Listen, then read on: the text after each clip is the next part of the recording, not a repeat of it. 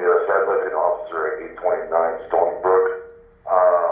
Girlfriend just woke me up and swears that she found her severed head of her son in the basement. You got blood on your hands here, blood on your hands. I've always had, like, you ever love something so much that you kill it? This is 24-year-old Taylor Schabusiness, who has the nerve to say she loved her victim after not only leaving his severed head for his mother to find, but claiming that she wished she had kept it all to herself. I know, I forgot the head. I wanted the head. Yeah, it's So were you going to take the head somewhere? I like that. You liked it? And shockingly, that's not even the worst thing she says in the interrogation room, where she willingly tells law enforcement every detail of her heinous acts with a devilish smile on her face. But when did you start, cutting up his body? I don't know, like almost right away. I was sucking and cutting at the same time. Okay. So all of a sudden, the chain went around his neck? Yeah. How come? I'm just trying to get it. He likes it. Alright. And I was going to walk him like a dog. And he wanted that? I have no idea what I was going to do it anyway. Okay. It was 2 a.m. on February 23rd, 2022, when Tara Pakanich realized something was horribly wrong. As the cold Wisconsin winter wind howled outside, she crept down these very stairs into her basement. She hadn't seen her son, 24-year-old artist Shad Thyrion, in 2 days. He was prone to spending time away with his friends, but when Tara heard a bang downstairs so early in the morning, she decided to investigate. What she found was every parent's worst nightmare. There were smears of red across the room on the floor and the bed where Shad often slept. The scene was distressing enough, but beside the stairs was something even worse, something that confirmed her fears. There was a bucket with a towel draped over it. She lifted the towel, and staring back at her was her son's severed head. She was so distraught that her boyfriend had to call the police on her behalf. County Public Safety, how may I help you? Shad Thyrion officer at 829 Stony Brook. Girlfriend just woke me up and swears that she found her severed head of her son in the basement. So there's something in the bucket. There's something in the goddamn bucket, man. Okay. When law enforcement arrives at 3:45, it's immediately clear to them that the crime is more extreme than anyone could have imagined, even with such a shocking 911 call. We're gonna need more units here.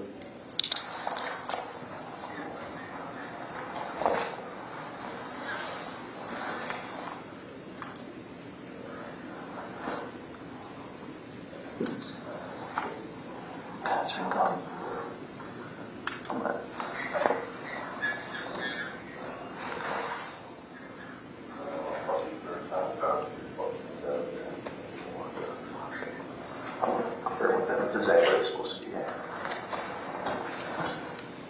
The image of the head and genitalia in the bucket were so disturbing that at first officers weren't entirely sure if what they were looking at was real. But as they took the room apart, the realization of the depravity they had discovered was undeniable. Rimmed the drain in the shower, totes were stuffed with various limbs, and there were organs in plastic bags scattered throughout the bedroom. However Shad had been murdered, it had been completely brutal, and the murderer was still out there. Fortunately, Shad's parents knew the last person he had been seen with, 24-year-old Taylor Schabusiness, a local who had actually dated their son in high school. In recent years, the two had rekindled their friendship and begun frequently spending time together. On February 21st, Shad's mother saw him leave with Taylor. It was the very last time she saw her son alive. Armed with this information, law enforcement raced to the apartment complex they learned Taylor was staying at with a friend. Immediately, there were clues that Taylor was exactly the person they were looking for.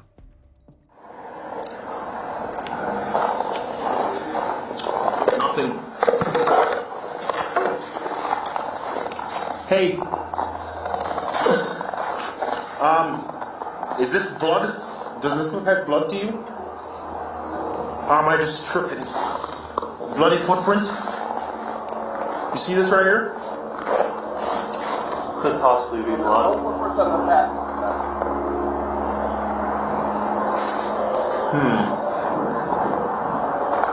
Hey, who did that?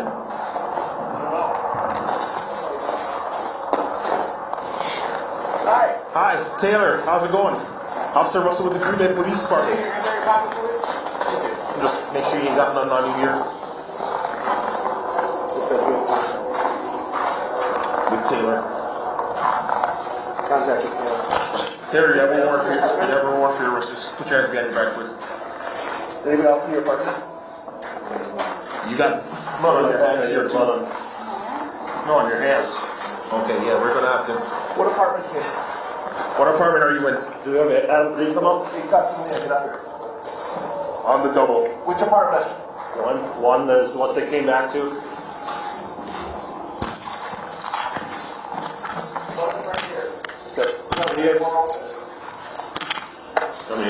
Yeah, go. Guys, hurry and get here now.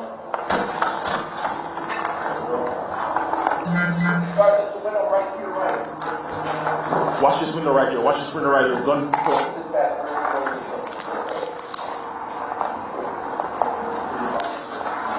Go in here. Come to the back of the apartment. That's where we are. You, come over here.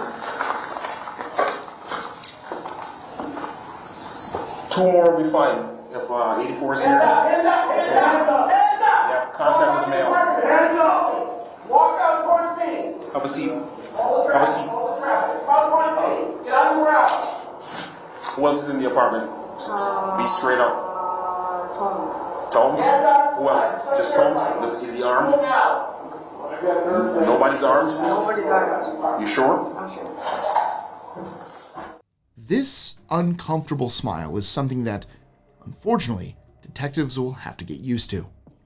With blood on her hands, they take her in for questioning regarding the murder and dismemberment of Shad Thyrion.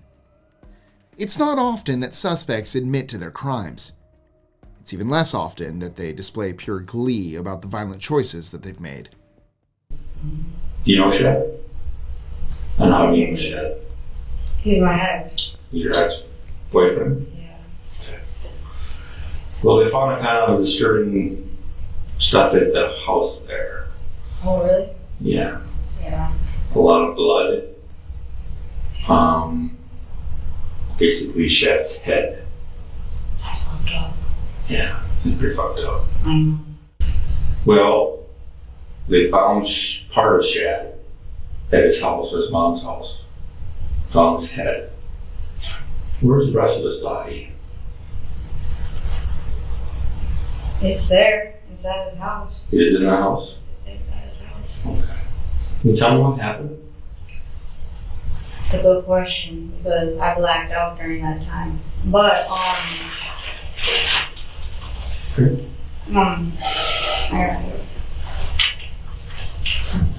I need time to think. No problem. Take your time, have some water.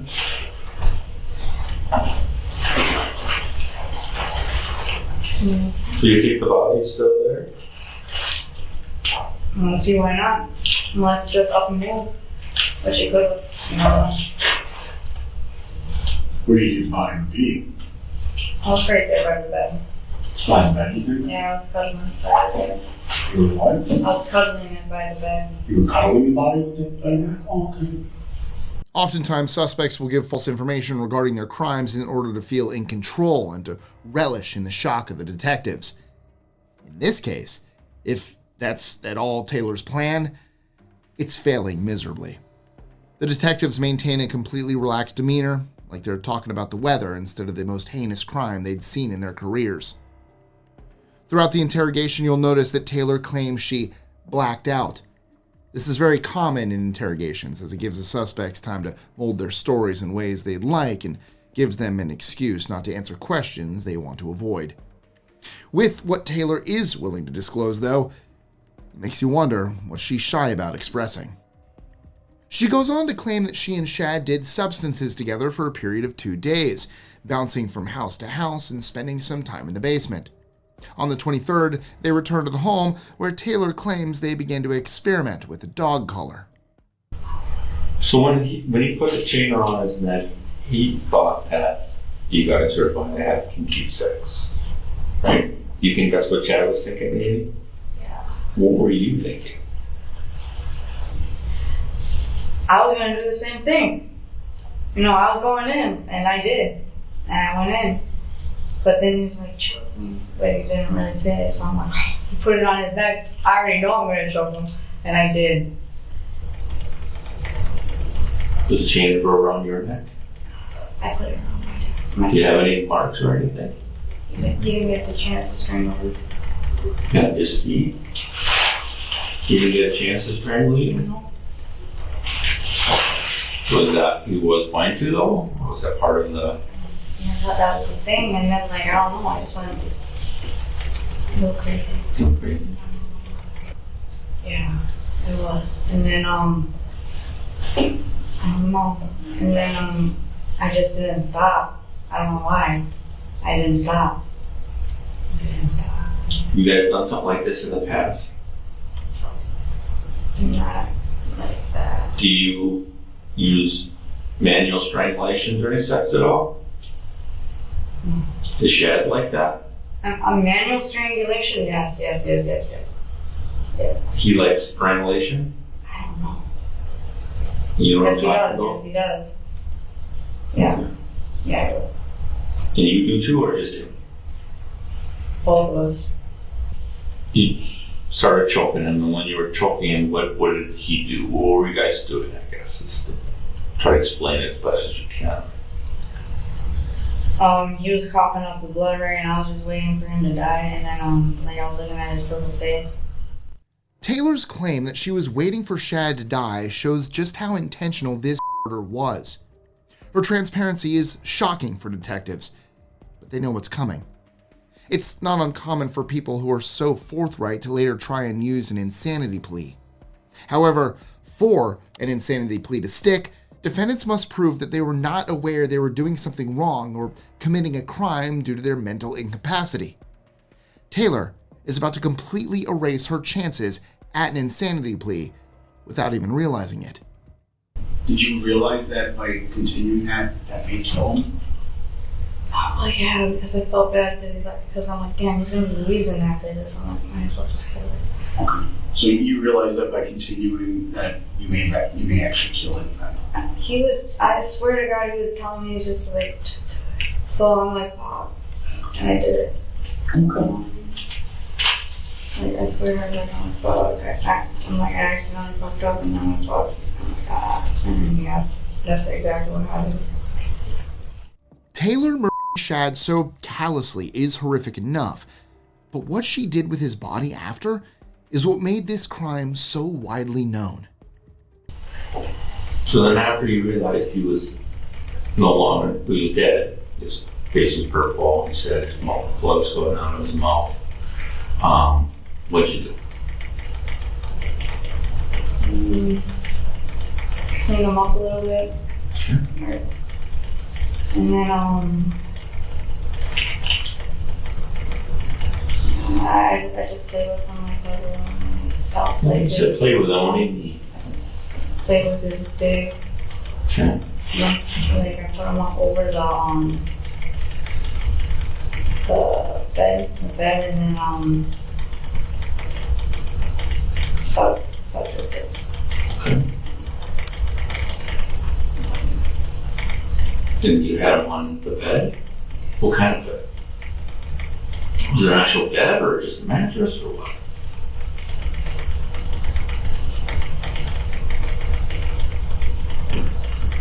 Okay. So then you had sex with him? Yes. Okay. And I had a dildo. Okay. I played with him too. What'd you do with the dildo? And I just cuddled him and hugged him. What'd you do with the dildo? I put it in his mouth, put it in his ass. Okay. Put it back. I grinded on him, I put the dick in his ass. You grinded on? Yeah, I listened. Did you ever put his penis in your vagina? Or you just grind on him? Did you see before that you performed a roll on him? Yeah. Okay, and that was after he was dead? Yeah. And then he got half. He was like half hard while I was still sucking while he was dead. Yeah. Okay. So, Pain. you had sex with him. You said they was on. You said you cuddled for a while. And then what?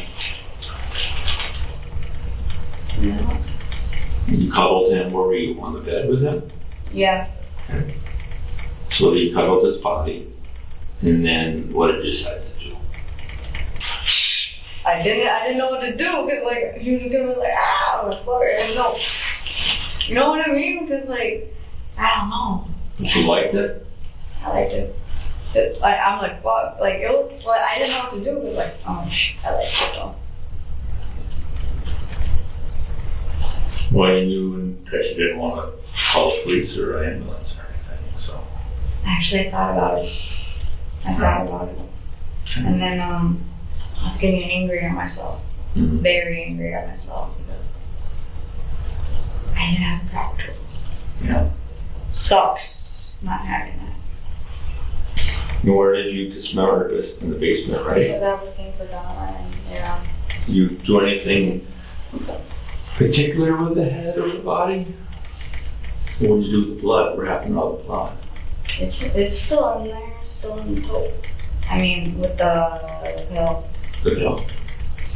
There's a shower in the basement. You go in the next side over and I just dumped it out after the drain. There's probably still blood there. Where did you dump it?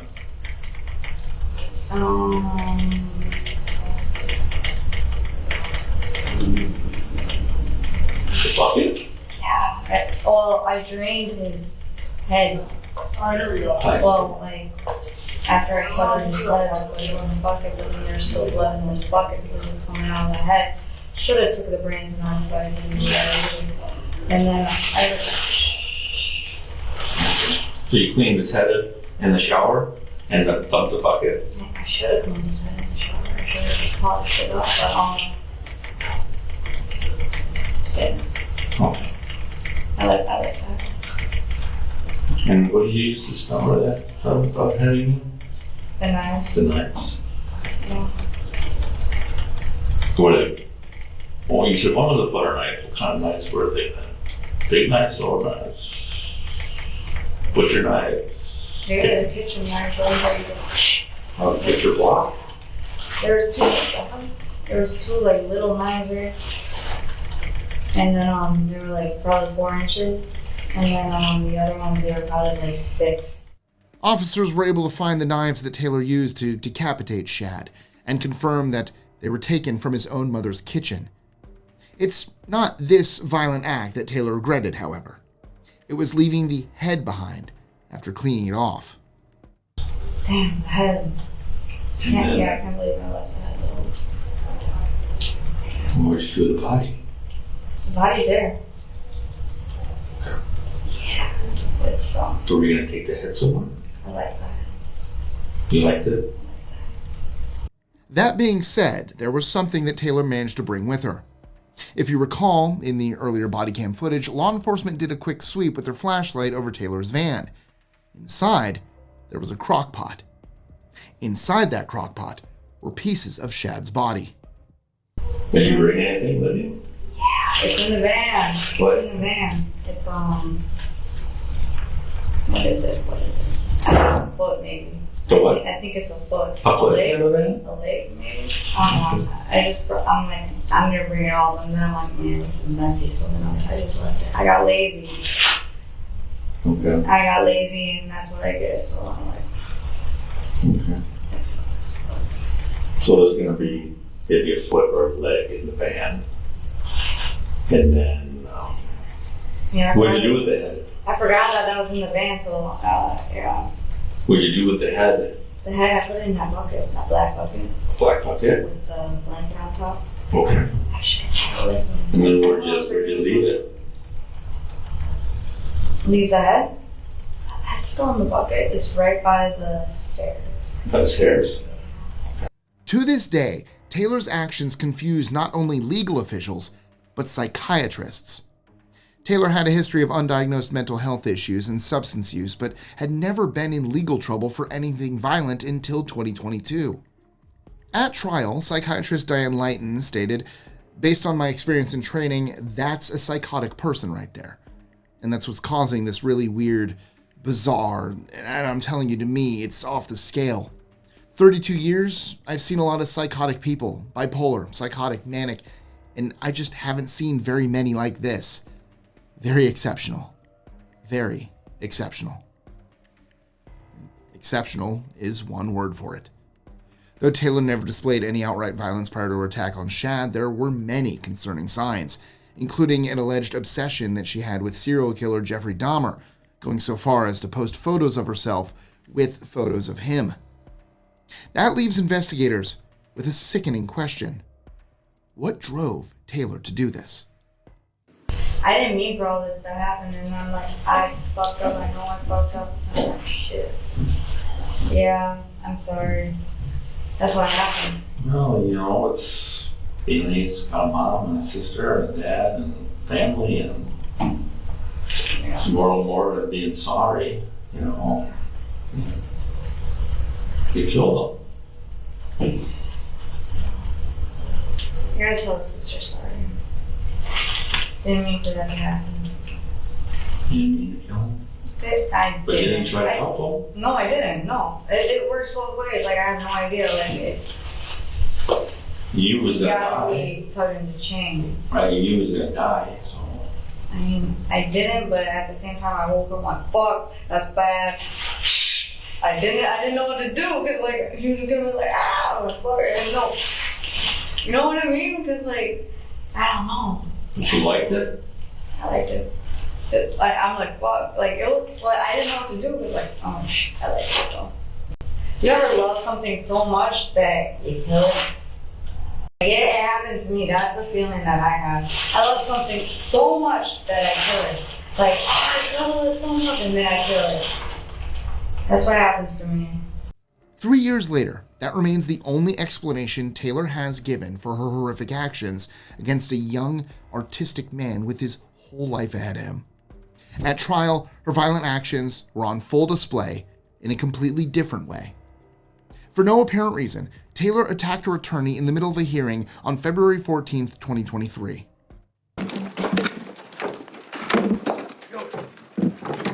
Stop it.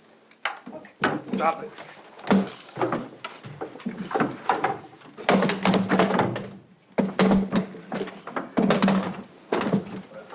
Rachel, call.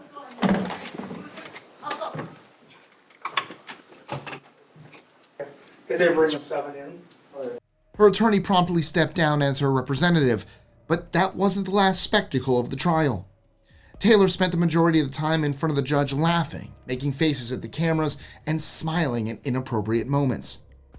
Ultimately, despite her attempts to plead insanity, she was determined competent to stand trial and was sentenced to life in prison without parole, with an additional 10.5 years added due to the nature of her crime.